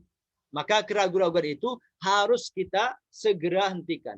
Dengan apa kita mematikan keraguan? Dengan ilmu. Gitu. Dengan ilmu. Gitu. Jadi ketika kita menemukan keraguan-raguan, kerancuan, dalam tanda kutip ya, menurut kita tentang Islam, tentang Al-Quran, maka segera obati itu, padamkan keraguan itu dengan apa? Dengan ilmu. Bertanya kepada yang kita anggap lebih mengetahui dan lebih kompeten. mudah-mudahan mendapatkan jawaban yang memuaskan. Pokoknya prinsipnya kebenaran Islam itu bersifat mutlak. Kebenaran Islam ya. Adapun kebenaran pendapat ulama itu relatif. Tapi kalau Islamnya kebenarannya itu bersifat mutlak. Gitu. Maka insya Allah tidak ada ajaran Islam itu yang bertabrakan. Gitu. Antara satu dalil dengan dalil yang lain tidak ada. Jadi kalau kita merasa ada yang muskil, ada yang sanksi, ada yang ragu, itu berarti kitanya yang mungkin belum sampai pelajaran di sana. Gitu. Maka perlu bertanya kepada yang kita anggap lebih ngerti. Fas'alu ahla dzikri in kuntum la ta'lamun. Bertanya kepada ahlu dzikir, kepada ahlu Quran, kepada ahlu ilmi, in kuntum la ta'lamun, jika kalian tidak mengetahui. Kemudian yang ketiga, teman-teman semuanya, Bapak Ibu yang dirahmati Allah, penyakit syubhat ketiga yang dapat menghalangi orang dari ma'rifatullah adalah kecenderungan menyimpang. Ini terutama adalah untuk orang-orang yang memang dia sudah ngerti, tapi memang sengaja dia ingin rubah-rubah gitu. Nah, biasanya ini kecenderungan menyimpang ini kecenderungan untuk menyelisih apa yang dia sudah tahu, gitu ya. Menutupi fakta yang sebenarnya itu biasanya berkelindan atau berkait erat dengan kepentingan dunia. Gitu. Dia sudah ngerti, gitu. Tetapi dia sengaja memutarbalikkan fakta atau menyimpangkan fakta, gitu. Nah, penyakit syubhat ketiga ini, kecenderungan untuk menyimpang ini bisa dalam bentuk menyimpangkan makna, gitu ya. Menutupi fakta yang dia sebenarnya sudah tahu. Nah, orang-orang, katakanlah orang-orang liberal itu terkadang cara berpikirnya seperti itu. Orang non sewu, sebagian orang-orang Muslim yang yang banyak meresahkan masyarakat itu terkadang ketika dia menyampaikan satu pendapat tertentu, dia tidak mengkaji secara utuh gitu. Ada fakta-fakta yang dia tutupi, yang kalau dibuka keseluruhannya, maka apa yang dia sampaikan itu terbantahkan dengan sendirinya. Jadi seperti itu. Baik. Nah, kecenderungan menyimpang seperti ini itu sudah disampaikan oleh Allah Ta'ala dalam banyak ayat dan dalam banyak surat. Misalnya dalam surat Al-Baqarah ayat 146, Allah menyampaikan tentang kecenderungan menyimpang orang-orang Yahudi dan Nasrani. Gitu. Allah mengatakan, alladzina atainahumul kitaba ya'rifunahu kama ya'rifuna abna'ahum wa inna fariqam minhum la yaktumunal haqqa wa hum ya'lamun. Orang-orang Yahudi dan Nasrani yang telah kami beri Alkitab, yaitu Taurat dan Injil, mengenal Muhammad seperti mereka mengenal anak-anaknya sendiri. Dan sesungguhnya sebagian di antara mereka menyembunyikan kebenaran, padahal mereka mengetahui.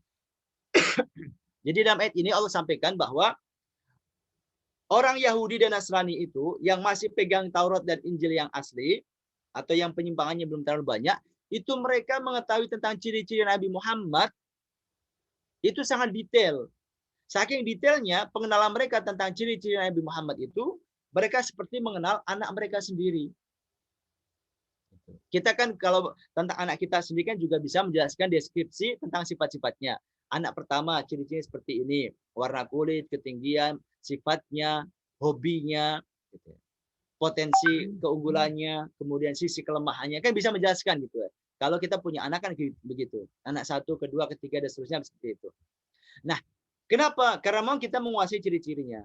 Nah, demikian pula orang Yahudi dan Nasrani itu sebenarnya dalam Taurat dan Injilnya itu sudah dijelaskan oleh Allah Ta'ala tentang ciri-ciri Nabi Muhammad secara detail. Gitu.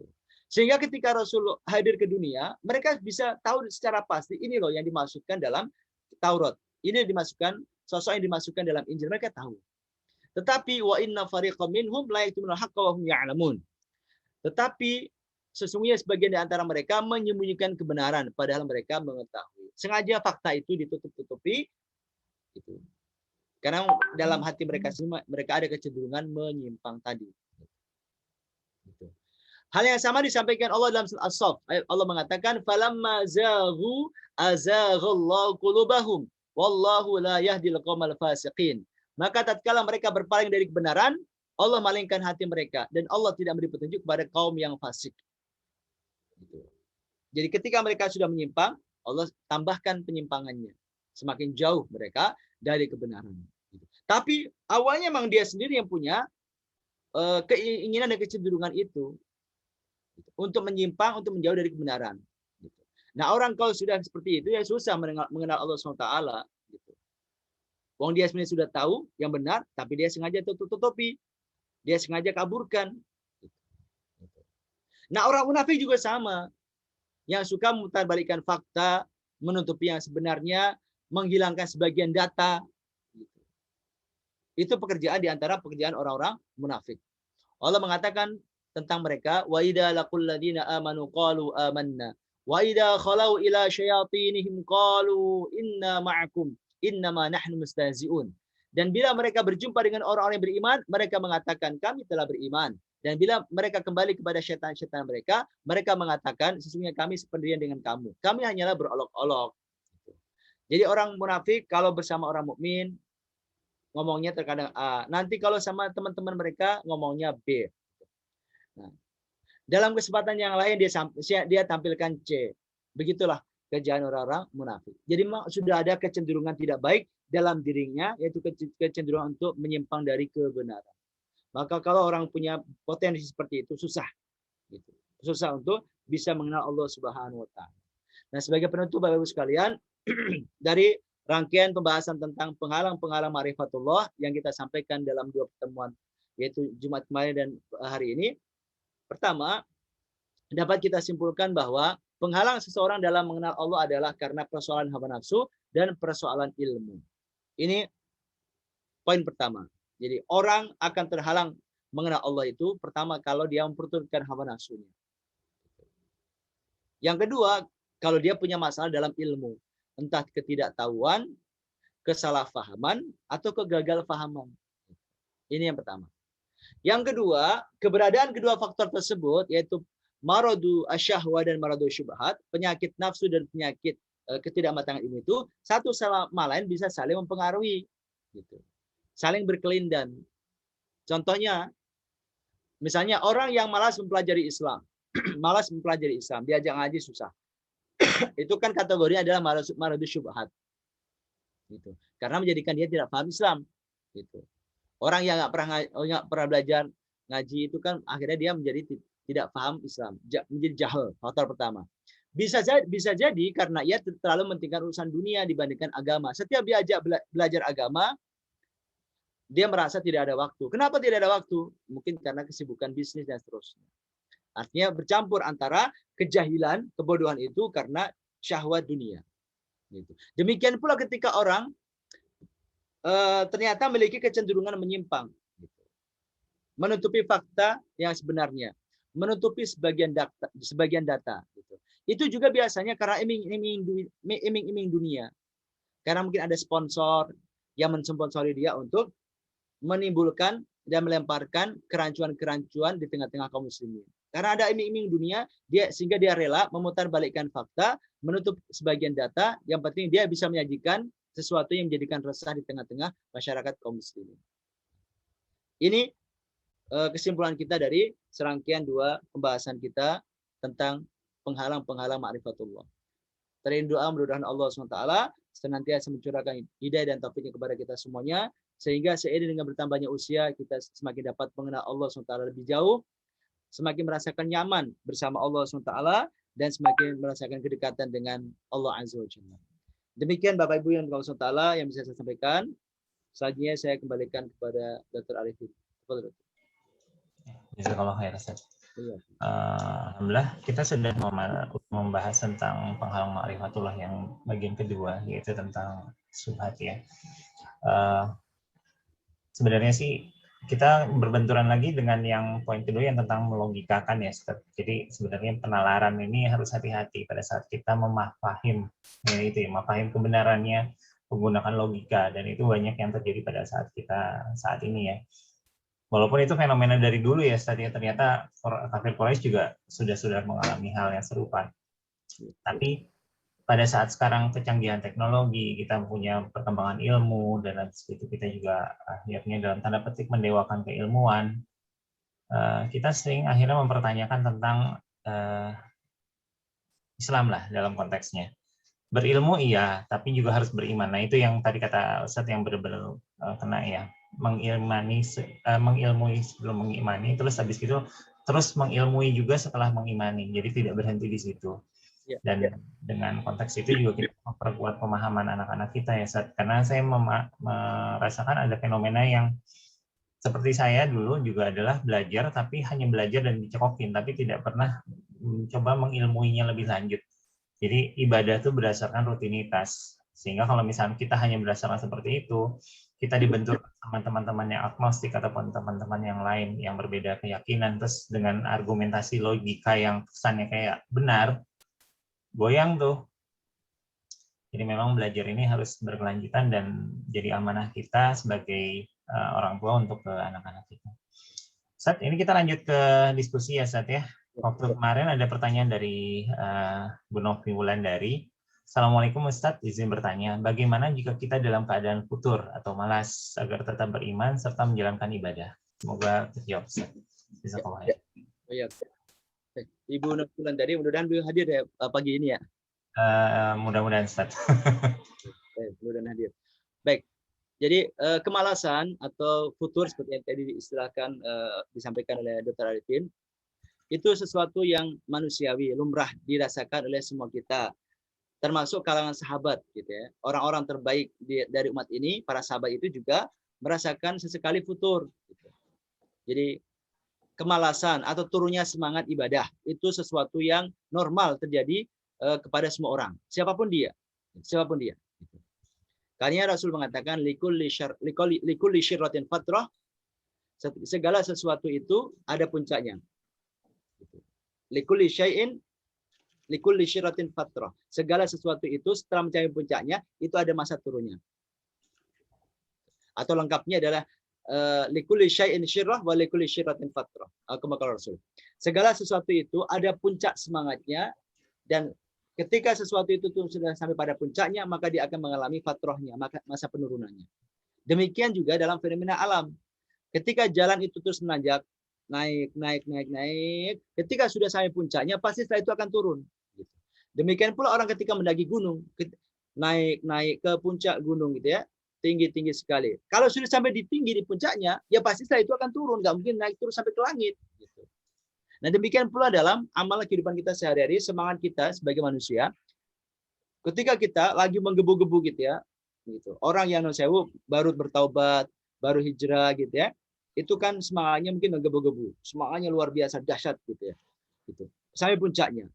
Tapi nggak mungkin dia terus sampai puncak terus, nggak mungkin. Akan ada saatnya dia turun.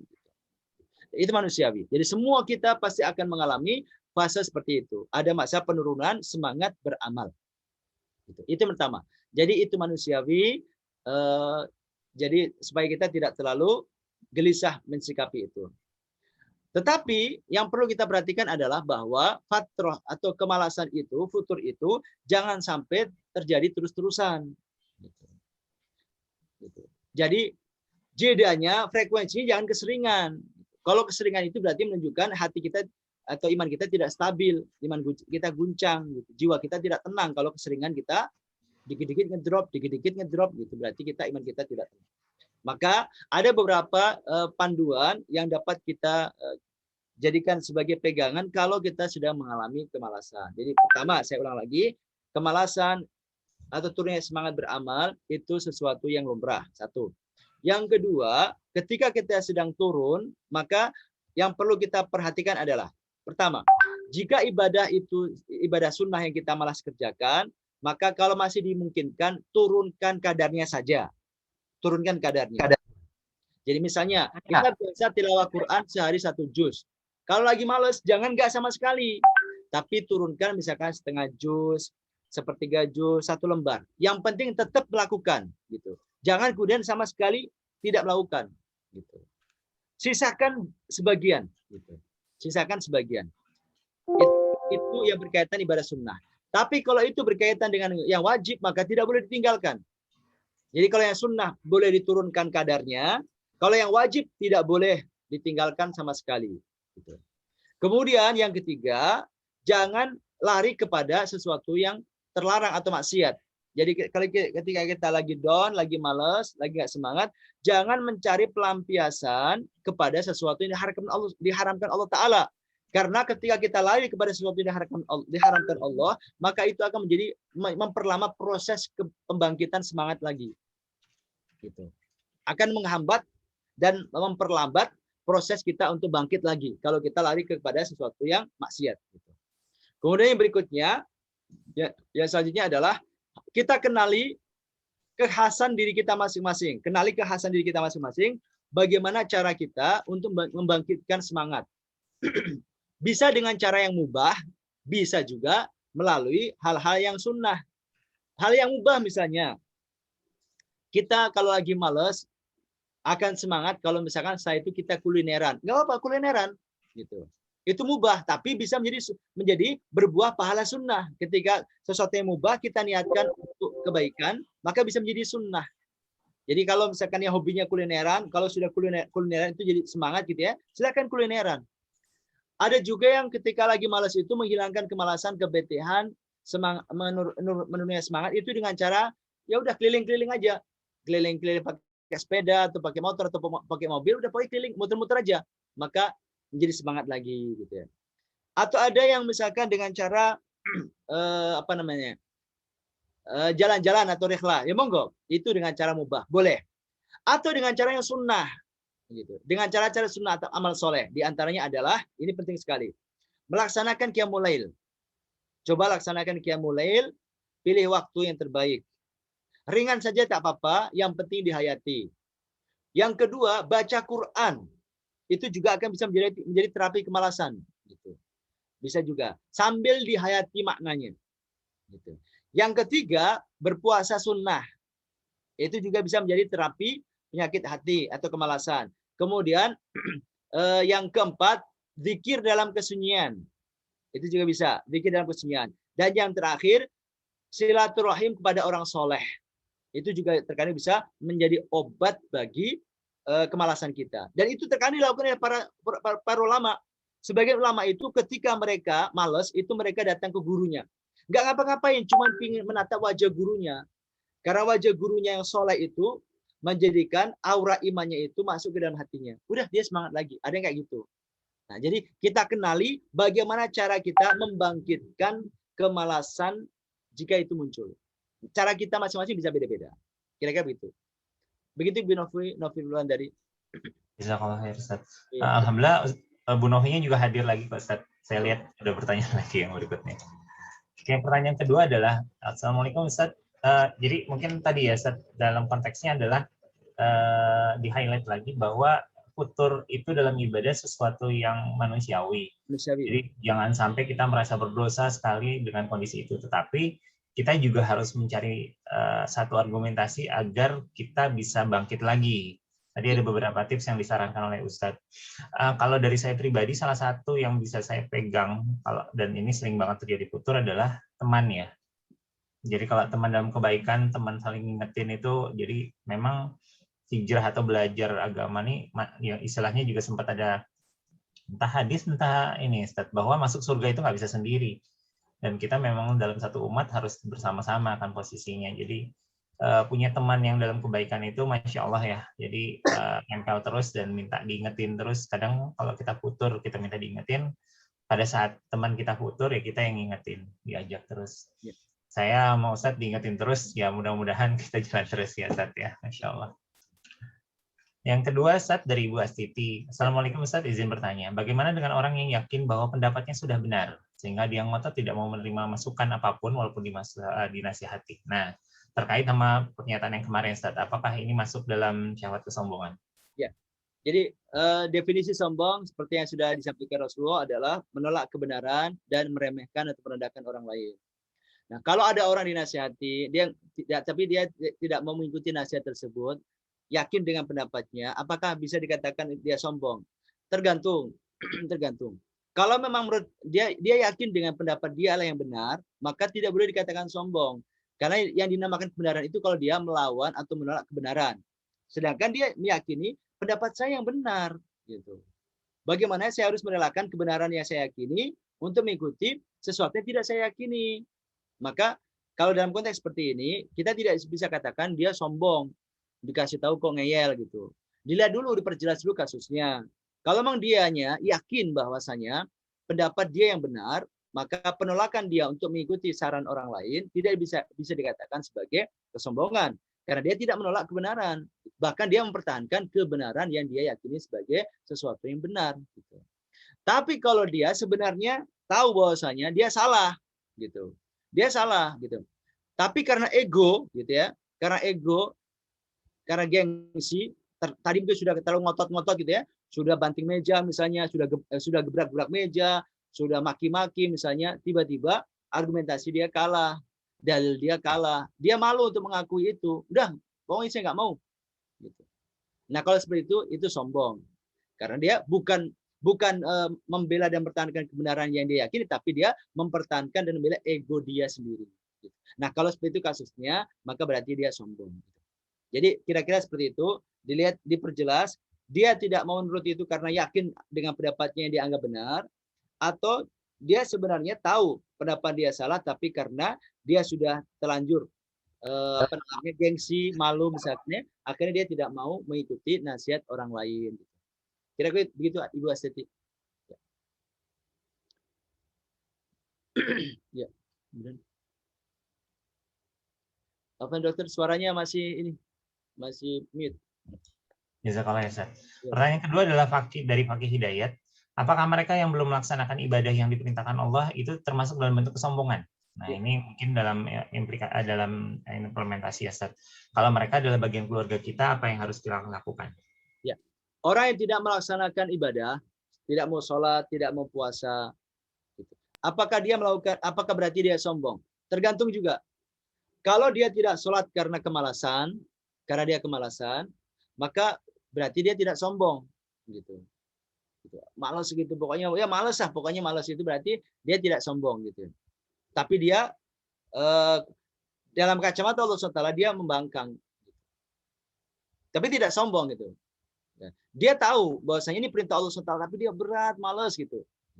Tapi kalau dia tidak sholat karena menganggap gitu, tidak ada Tuhan misalnya, atau menganggap sholat itu tidak wajib misalnya, nah itu baru sombong karena dia menolak kebenaran.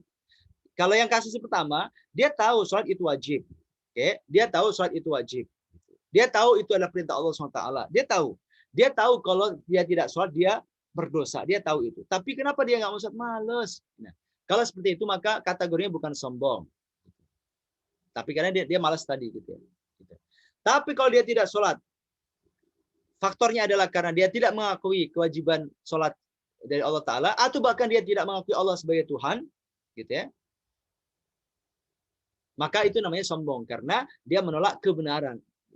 Sholat itu adalah satu kebenaran yang sudah disampaikan Quran dan hadis, dan juga sudah menjadi ijma, kesepakatan kaum muslimin seluruh dunia sejak dulu sampai sekarang. Kalau ada orang yang sholat itu nggak wajib, itu dia berarti menolak fakta bahwasanya sholat itu adalah wajib. Disampaikan Quran, disampaikan Rasulullah dalam hadis, juga menjadi kesepakatan seluruh kaum muslimin sejak dulu sampai sekarang. Maka kalau dia tidak mau sholat karena menganggap itu tidak wajib, itu namanya sombong karena menolak kebenaran. Gitu. Ya. Jadi faktornya itu. Dan status hukumnya berbeda. Kalau orang jelas-jelas tidak mau sholat karena menganggap sholat tak wajib, gitu, maka itu menjadi kafir. Kalau dia tidak sholatnya karena menganggap sholat itu tidak wajib. Tapi kalau karena kemalasan, belum sampai kepada kafir. Tapi dia berdosa besar. Itu yang pertama. Kemudian yang kedua, apa yang harus kita lakukan kepada keluarga kita? Terus menasihati. Gitu. Terus menasihati. Dengan beragam cara. Gitu. Karena Allah Ta'ala sampaikan kepada kita semuanya, khususnya kepada para kepala keluarga, hu anfusakum wa ahlikum nara. Jagalah diri kalian dan juga keluarga kalian nara dari api neraka. Dalam kesempatan yang lain, Allah SWT menyampaikan kepada kita ketika itu ada kepada Nabi Ismail, tapi juga tentu berlaku untuk kita semuanya, wa'mur ahlaka bis-sholati wastabir 'alaiha. Perintahkanlah keluargamu untuk sholat, wastabir 'alaiha, dan bersabarlah atas hal itu. Jadi harus kita terus perintahkan, kita ajak, kita nasihati dengan beragam cara, dengan mengkombinasikan berbagai teknik, gitu. Terus kita lakukan itu karena memang itu menjadi tanggung jawab kita kalau memang itu adalah bagian dari keluarga kita. Gitu. Kalau kita sudah lakukan itu secara maksimal dan ternyata dia tidak kunjung mau melaksanakan sampai dia meninggal dunia, maka mudah-mudahan kita sudah terbebas dari dosa dan sudah terbebas dari tanggung jawab untuk mendakwai keluarga. Jadi tapi intinya jangan berhenti, pokoknya terus berusaha cari cara terbaik, termasuk juga kita memperbaiki sikap kita di keluarga supaya kita berdakwah bukan hanya dengan kata-kata tapi juga dengan perilaku. gitu. Kalau kita adalah ayah, perbaiki sikap kita sebagai ayah. Kalau kita adalah seorang ibu, perbaiki kita sebagai seorang ibu. Kalau kita adalah anak yang ingin berdakwah kepada orang tua, maka perbaiki sikap kita di hadapan orang tua kita supaya ada simpati sebelum kita memberikan nasihat. Kira-kira begitu. Ya, Masya Allah, Ustaz. Ya, mungkin ini kondisi yang bisa kita temukan, tapi dalam konteksnya saya sih bukan kita merasa benar ya, tapi pada saat kita belajar dan kita melihat ada sesuatu yang mungkin tidak sesuai dengan apa yang kita pelajari, mungkin kita bisa coba masuk dan ingatkan. Karena sebenarnya pada hakikatnya salah satu tugas kita di dunia ini adalah berdakwah ya, Ustaz ya. Itu adalah salah satu, dan itu cara kita dapat pahala yang paling besar itu dengan dakwah. Nah, tadi benar kata Ustadz, ada seni dalam berdakwah, artinya tidak langsung kita dengan cara yang keras ataupun menyalahkan ataupun yang lain, tapi dakwah yang paling baik adalah dengan cara toladan ya Ustadz ya, tadi yang dicontohkan dengan apa yang kita tampilkan, akhlak kita dan yang lain. Karena seringkali Islam dipersalahkan itu bukan karena Islamnya yang salah, tapi karena manusianya yang beragama Islam, yang mengaku Islam, tidak menunjukkan Islam yang sebenarnya. Jadi wajah Islam tuh muncul karena perilaku kita sih. Jadi kita tuh dutanya Islam, jangan sampai kita yang merusak Islam karena apa yang kita lakukan tidak sesuai dengan ajaran. Lalu mungkin mohon koreksi, Ustaz. Kewajiban kita adalah mengingatkan, tapi hidayah itu haknya Allah. Jadi istiqomahlah untuk melakukan itu. Mudah-mudahan Allah juga izinkan. Tapi tentang masuk atau tidaknya mereka ke Islam dalam konteksnya, ataupun ikut atau tidaknya perbaikan dalam ibadah, termasuk kita juga, itu bukan kewajiban kita untuk memaksakan, tetapi dalam konteksnya itu wewenangnya Allah. Dan mungkin kalau dari saya yang sampai saat ini juga saya coba upayakan adalah gedor pintu langit ya Ustaz. Karena yang membolak-balikan hati itu Allah sebenarnya ya. Betul sekali. Jangan lupa poin itu yang agak susah itu soalnya. Ya, Ustaz, pertanyaannya kita masuk ke pertanyaan pekan ini. Alhamdulillah ada 2 dan insya Allah sih sepertinya waktunya cukup pas nih Pak Ustaz. Jadi ada Ibu Salmah ini yang rajin banget untuk hadir. Bu Salma mau bertanya langsung atau saya bacakan aja ya? Kalau mau bertanya langsung silakan di-unmute, Bu. Ustaz, kita bersyukur sejak lahir sudah Islam. Ini sebenarnya mirip dengan pertanyaan yang tadi, Ustaz.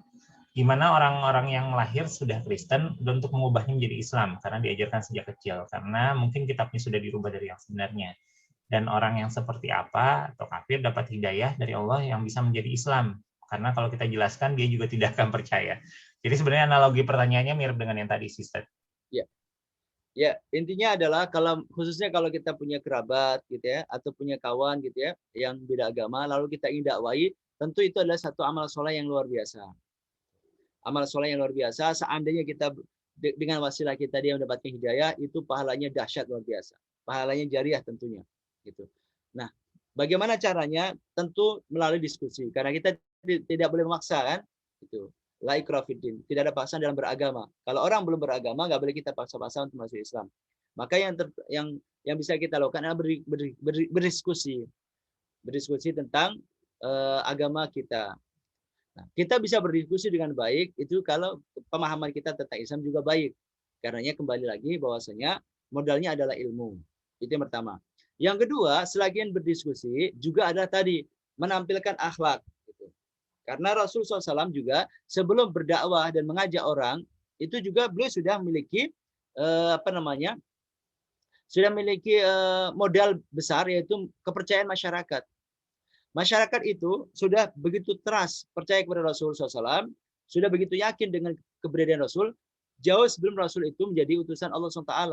Karenanya gelar Al-Amin, orang yang sangat terpercaya, orang yang sangat kredibel, disandang Rasul itu bukan setelah menjadi Rasul, menjadi utusan Allah, tapi sebelum menjadi utusan Allah. Jadi di mata masyarakat, Rasul itu orang yang terpercaya. Gitu. Sangat akhlaknya, kredibilitasnya, track recordnya itu sangat dipercaya oleh masyarakat gitu.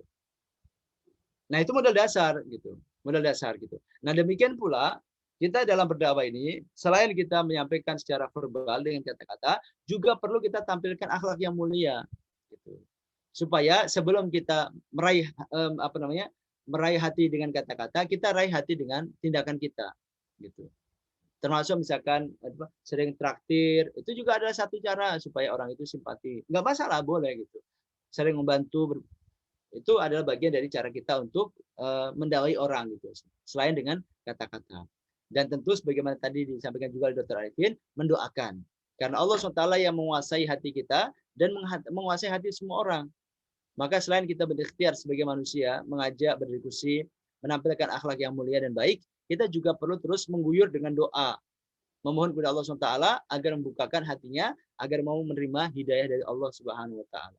Baik itu kepada orang non-muslim, juga kepada keluarga kita yang ingin kita yang ingin kita dakwahi, kita doakan terus supaya Allah SWT berkenan membuka hati orang itu. Seperti itu. Kira-kira secara umum begitu Ibu Salma. Jazakallah Ustaz. Ya. Pertanyaan terakhir ini kebetulan dari Ibu Novi lagi, Masya Allah. Assalamualaikum Ustaz, mau tanya bagaimana cara menghindari akhlak yang buruk. Nah ini kayaknya buat kita semua sih termasuk saya. Pertama, sebuah akhlak dikatakan akhlak itu ketika sudah menjadi habit gitu ya. Jadi dikatakan akhlak itu kalau sudah menjadi karakter kita, menjadi kebiasaan kita, menjadi habit kita, itu baru dikatakan akhlak gitu. Nah, bagaimana prosesnya itu muncul? Prosesnya dari pikiran. Gitu. Prosesnya dari pikiran. Karenanya kata Ibnu Qayyim al-Jauziyah, beliau mengatakan potonglah lintasan pikiranmu sebelum dia menjadi ide. Jadi ketika baru muncul selintas pikiran, segera dekat, hilangkan pikiran itu sebelum dia menjadi ide, menjadi gagasan untuk melakukan perbuatan maksiat. Kemudian potonglah gagasan itu sebelum dia menjadi kemauan yang kuat. Jadi ketika baru lintasan pikiran, segera dipotong, segera dihentikan. Jangan diteruskan mikirnya. Nanti kalau diteruskan mikirnya, jadi ide. Maka potong, hentikan lintasan pikiran sebelum dia menjadi ide. Gitu. Ketika sudah terlanjur menjadi ide, karena dipikirkan agak lama, maka segera hentikan sebelum betul-betul menjadi keinginan. Gitu. Sebelum betul-betul menjadi keinginan. Ketika sudah menjadi keinginan, juga segera hentikan sebelum dia menjadi tindakan. Gitu. Ketika sudah terjadi tindakan sekali, segera hentikan sebelum dia menjadi kebiasaan. Kalau sudah menjadi kebiasaan, itu menjadi susah untuk dihilangkan. Itu yang pertama. Ya, jadi hentikan lintasan pikiran sebelum dia menjadi ide atau gagasan. Gitu. Hentikan gagasan sebelum dia menjadi kemauan. Hentikan kemauan sebelum dia menjadi perbuatan. Hentikan perbuatan sebelum menjadi kebiasaan. Itu yang pertama. Nah, kalau sudah menjadi kebiasaan, ya hentikan juga gitu. Cuman lebih susah gitu. Maka sebelum itu terjadi, awalnya dari memotong itu dari awal. Itu yang pertama. Yang kedua, kita sebagai manusia, makhluk sosial, itu kan orang-orang yang terpengaruh dan mempengaruhi. Yu'asiru wa yata'assar. Kita mempengaruhi orang lain. Tapi kita juga terpengaruh oleh perbuatan orang lain. Maka supaya akhlak kita relatif terjaga, pilihlah teman-teman dekat yang akhlaknya baik. Kalau bergaul mah dengan siapa saja boleh gitu ya. Menjalin relasi mah seluas-luasnya. Tapi kalau komunitas utama kita, lingkaran utama kita, kawan-kawan dekat kita, itu harus di-screening, harus diseleksi, dipilih orang-orang yang baik. Karena kita di situ akan banyak berpengaruh dan juga banyak terpengaruh. Dan ini sangat penting sekali. Memilih teman itu sangat penting sekali. Itu yang kedua. Yang ketiga tentu adalah dengan kita banyak-banyak menyibukkan kepada hal-hal yang positif, khususnya adalah kepada sunnah-sunnah Rasul SAW. Gitu. Maka otomatis kalau kita banyak menyibukkan waktu kita untuk melakukan apa yang disunahkan oleh Rasulullah SAW, maka kesempatan kita untuk melakukan kemaksiatan akan berkurang. Gitu. Dan yang keempat adalah teruslah tingkatkan semangat mengaji dan belajar agama. Gitu. Karena dengan ilmu, gitu ya, kita akan terbimbing untuk memperbaiki diri kita. Wabil khusus ada Al-Quran. Wabil khusus adalah Al-Quran. Gitu. Jadi dekati agama, terus belajar tentang agama. Insya Allah kalau kita terus semangat mempelajari agama, kita akan bisa pelan-pelan mengurangi akhlak-akhlak yang kita yang tidak baik. Yang mungkin ngomongnya selama ini masih sering kasar misalnya, yang sering ngomong jorok misalnya, ketika kita tahu bahwasanya lisan kita ini nanti kata-kata ini yang kita ucapkan itu semuanya dicatat oleh malaikat dan semuanya akan dimintai tanggung jawab oleh malaikat. Tentu kan kita akan mikir ulang kalau untuk ngomong-ngomong yang jorok gitu. Yang masih suka gibah misalnya, mikir bahwa saya gibah itu susah permohonan maafnya. Gitu. Lebih mudah kalau kita punya salah sama Allah SWT. Maka dengan kita terus mempelajari ilmu agama, insya Allah kita akan terbimbing untuk mengarahkan akhlak kita ke arah yang dicintai oleh Allah dan Rasulnya pada akhlak yang mulia. Jadi kira-kira itu Ibu Novi. Pertama adalah kita hentikan sejak awal, gitu ya. Yang kedua, pilih komunitas yang baik, sibukkan diri kita dengan aktivitas yang positif, khususnya adalah kegiatan ibadah, dan yang terakhir adalah terus jaga semangat untuk belajar. Supaya apa? Supaya kita punya guidance untuk memandu hidup kita, termasuk adalah memperbaiki akhlak kita. Kira-kira seperti itu. Jazakallah ya Ustaz. Dan alhamdulillah hari ini kayaknya pace-nya enak ya, alurnya, kecepatan penyampaiannya, pendalaman materinya, karena beberapa teman bilang alhamdulillah hari ini kayaknya belajarnya nikmat sih sebenarnya. Mudah-mudahan juga teman-teman yang lain juga bisa merasakan. Ya.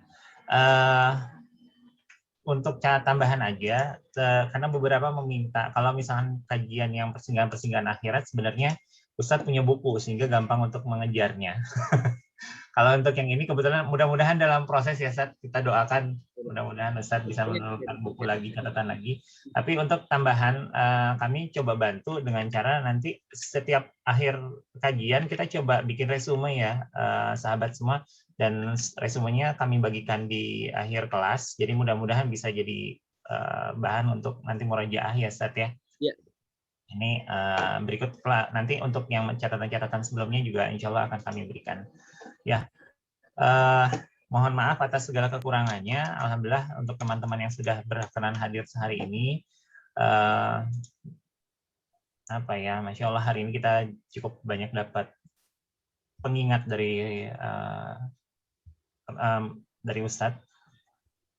Melogikakan dan mengilmu itu sangat penting, tetapi jangan sampai akhirnya memahami ilmu kita jadi salah dengan mendewakan keilmuan.